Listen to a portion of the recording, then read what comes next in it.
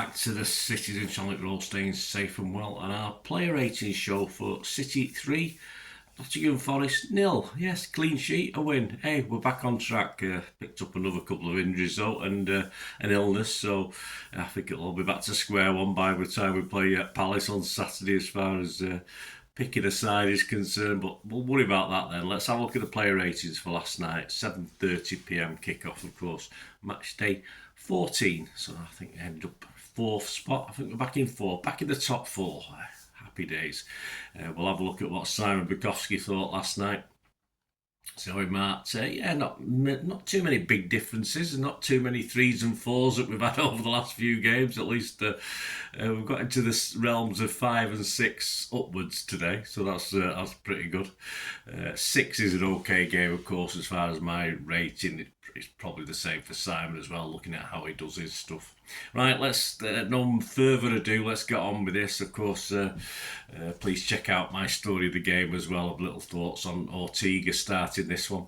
But I think we'll get a view of what I think when I do this little review now. Ortega, Simon said, a fine save in the first half to deny Gibbs White, and his distribution helped keep City on the front foot. He did all that was asked of him. Ederson could have a long wait. Will we ever see him again? With the transfer window open on the 1st of January. Of course, I'd expect him to play if he's been ousted as number 1 against Salford City in the FA Cup. But will he still be with us by then? Who knows? But 7 days is a long time in football. Might all change around. You know me, I still think Ederson is the pick of our keepers, but you can't argue what Ortega's done when he's been asked to step into the breach. Week in, week out, I have my reservations, but that's for another story, that's for another vlog.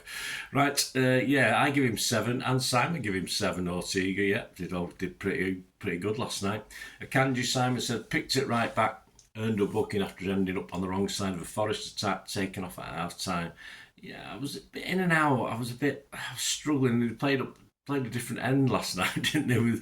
Of course, Nottingham Forest switched us round last night, so we obviously kicked towards differing ends. So an interesting look at the defence and attack from a different perspective for me. I thought it was okay in the role he was asked to play. Not great, but I don't think it was as bad as Simon thought. Although, as I say, I don't think it was perfect. And of course, he's now picked up an injury, hasn't he? Simon gave him a 5. I thought it was a bit of a struggle for him. I give him a 5.5. I thought it did okay considering, but we might not see him for a little while either now. Who have we got left? Anyway, Diaz, Simon said, couldn't manage to stop Wood running clear, but did well organising and coming forward with the ball. Well, Wood's okay at what he does, especially when he misses chances. Back to stay, if injury-free, Diaz, I don't think we can doubt that. He's going to make odd Ricks, of course he is, but we need him. It's as simple as that. Simon gave him a 6. I thought it was alright last night. I gave him a 6.5. Aki, another one we've lost to injury again, seemingly. Simon said some nice balls forward through Forest lines and assured presence at the back. He's been missed too. Well, he's going to be missed again, unfortunately, by the looks of it. Of course, he's another glass legs player at the moment. He did so well, I thought, when he first came. He did have a reputation for getting a few injuries, but he did very, very well for us after initial problems. And now he's back to having problems again. And he's a big miss when he's not there. And I think defensively, without Aki, we're far weaker. Great shame. But there you go. Simon gave him a 7. I'd have to give him a 7 as well for his performance on the night before he went off. Gvardiol, very good for going forward, says Simon. Still problems defensively, yeah. It's never going to change. Par for the course, though. It was promising to see him stay so high, yes. Well, yeah, I mean, Pep's system wants him to stay, to go on those, stay high. I mean, it's hard when you've got Doku in front of you as well, of course. But, an odd poor decision, I thought, again, by Gvardiol. I groaned a couple of times at stuff he did, but a little bit better. And that game rest that Pep's probably giving the kick up the arse he might have needed. So, yeah, I thought it was all right. Sam's giving him a 7. I won't go that mad. I'll give him a 6.5. Gundo, Simon said more signs of improvement. Well, it couldn't get much worse. On a night when he had the holding role to himself, I thought it was helped out a little bit by people like Grealish and stuff. But I mean, that's just my perspective of how the game panned out. Simon went on to say, still some worries though. Yeah, I think there is. Not a bad game for Gundogan. Surprised he started, in fairness, after the nightmares he's been having. I thought Pep might have rested him for this and put some young legs in there, but it's been worse. But he did get caught. He did make me groan again 3 or 4 times, I think, last night. Some of the decisions he made. So I was giving him a 6. Yeah, I mean, compared to some of his other performances last few games, yeah, I've given him a 6 as well. So that's pretty outstanding for Gundo at the moment. De Bruyne, well, breath of fresh air if we could keep him playing. Simon said a goal and an assist on his return, as well as an aura. That's it. That's what we need. It frightens the opponents as well. And that's what we miss. We miss anyone who frightens the opponents at the moment. Lift an aura that lifted the whole team. Let him talk. Let him play as much as he possibly can. Well, this is it. Obviously, he sort of went down, didn't he? Sort of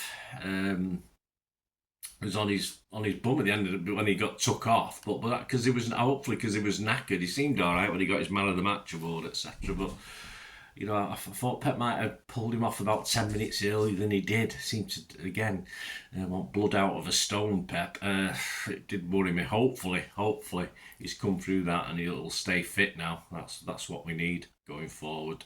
With De Bruyne, we've got a chance with De Bruyne. Without De Bruyne, it's going to be a struggle, I think, as it is going to be. I say losing certain defenders now as well.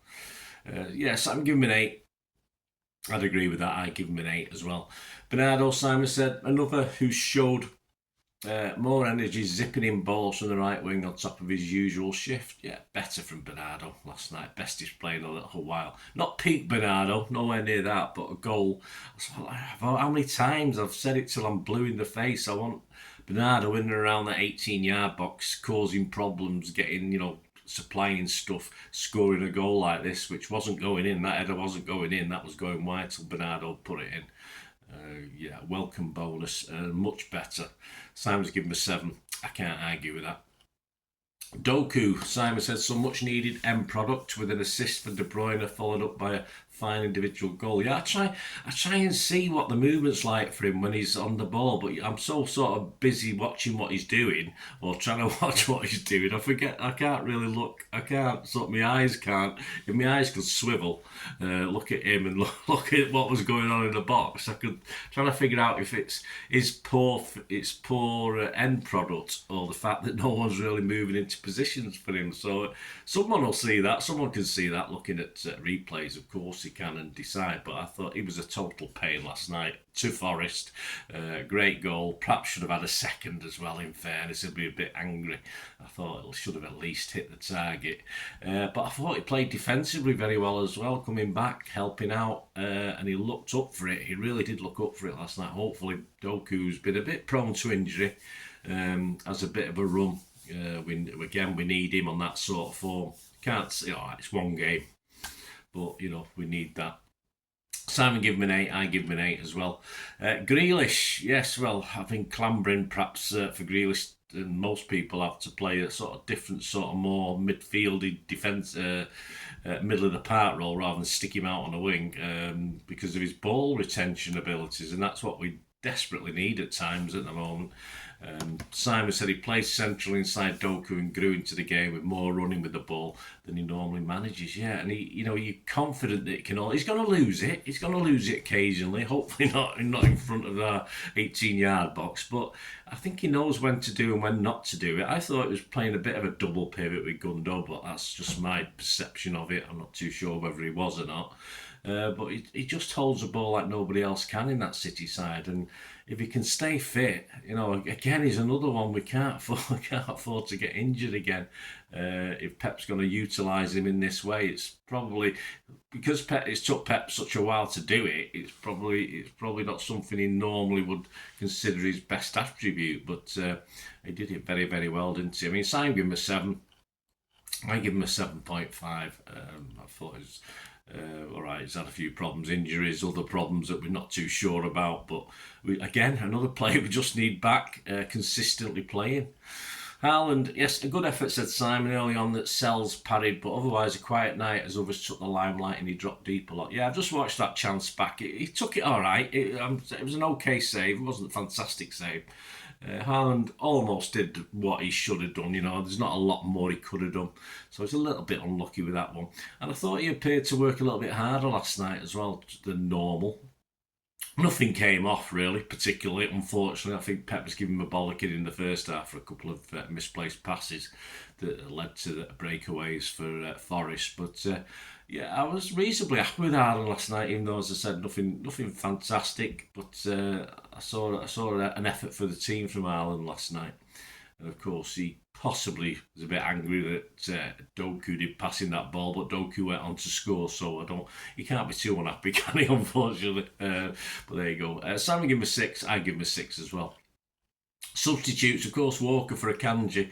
Simon missed his score off this one. He's give his views though. He said lost a Lenga when the winger should have hit the target, but otherwise uneventful. But he's not given him a score, Simon, on the social media site. No doubt he probably would have done in the newspaper today, but I've not picked that up yet. So yeah, I'd say Simon would probably give him a 6. And I'd have to as well, a bit uneventful. He got up a couple of times, which I'd rather him just stay back these days. I don't want him trying to get down the wing because he's ineffective in his pomp, in his prime, never mind now. But yeah, not too bad. I mean, he's going to get a game on Saturday by the looks of it. So it was an okay 45 minutes for Walker. I'd give him a 6 out of 10. Lewis for De Bruyne on 74. I've not scored him because he wasn't on the pitch long enough. An easy night, said Simon, with the game already won. It was. He looked far better, looked better coming off the bench just for that 20 minutes with injury time, etc. When the opponents are beat and he doesn't get as much stick, he doesn't get as much aggravation, and he looks better doing that. And I think that's probably okay for Lewis to do that at the moment because I think he needs taking out the firing line. So Simon will give him a 6 anyway. Savvy for Doku, of course, McAtee for Aki and Nunes for Grealish all came on in the 90th minute, so no real time. As I said, Grealish, just do 3-0 just to break the game up, I think, from Pep. I don't see any other particular reason for it. I don't think any of those guys were needing that extra 4 minutes rest, 5 minutes rest that they got, but hey, that's Pep, isn't it? But no marks for them. There you go. Man of the matches, of course, KDB got it at City, didn't he? City gave it to KDB. For me, I'd probably go Doku just from Grealish and KDB. It's very tight between those three, I think, last night. But I'll just give it to... I personally give it to Doku. Manchester Evening News had Doku and KDB as the highest rated player. Simon Bajkowski had them as the highest rated. So there you go. Hope you enjoyed that. Let me know your thoughts, your scores. That'd be wonderful if you can do that. As I said, please check out my story of the game. I'm recording this on Thursday. The story of the game will be out on Friday, but there will be a Pepsi 11 hopefully out on Thursday. Obviously lots of things going on at the moment for the Pepsi 11 for the Crystal Palace game, of course, coming up on Saturday. So keep an eye out for that. And yes, the City 130 special on Palace as well. That'll probably be out on Friday as well. So 4 or 5 vlogs over the next couple of days. So please push those buttons. And yeah, if you haven't already pushed a button, you're not already subscribed. If you like what I try and do, please press that subscribe button if you've not already done so. Great to have you on board. Spread the word. Push the bell notifications. If you do check through the channel, City past, present, as long as I can keep going, you'll see items on film and TV as well. Another little passion of mine, so if you're any interest in that, or you know someone who might be interested, give them a kick in my direction. I'll be very, very grateful.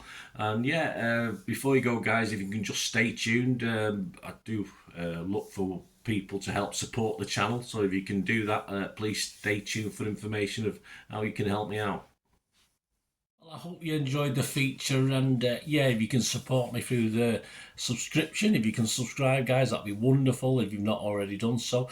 We do actually have memberships at the moment, just 99p a month, so you get access to all my City stuff, including all the history vlogs, dozens and dozens not been published yet that you get immediate access to, and every time I do a edit and do a vlog, you get immediate access to it as well. So you can have a copy of scripts as well if you want any hard copy of the sort of things I do on matches and teams and managers and players, etc, etc. So if you can join the membership, that'd be wonderful. We do have sponsors at the moment. P6505 are our current sponsor. They have a little eBay shop, so if you check in the comments section, there's a link there to the shop. They sell movie posters from the 90s and 2000s. They sell DVDs, some classic Hollywood movies, some classic foreign language ones.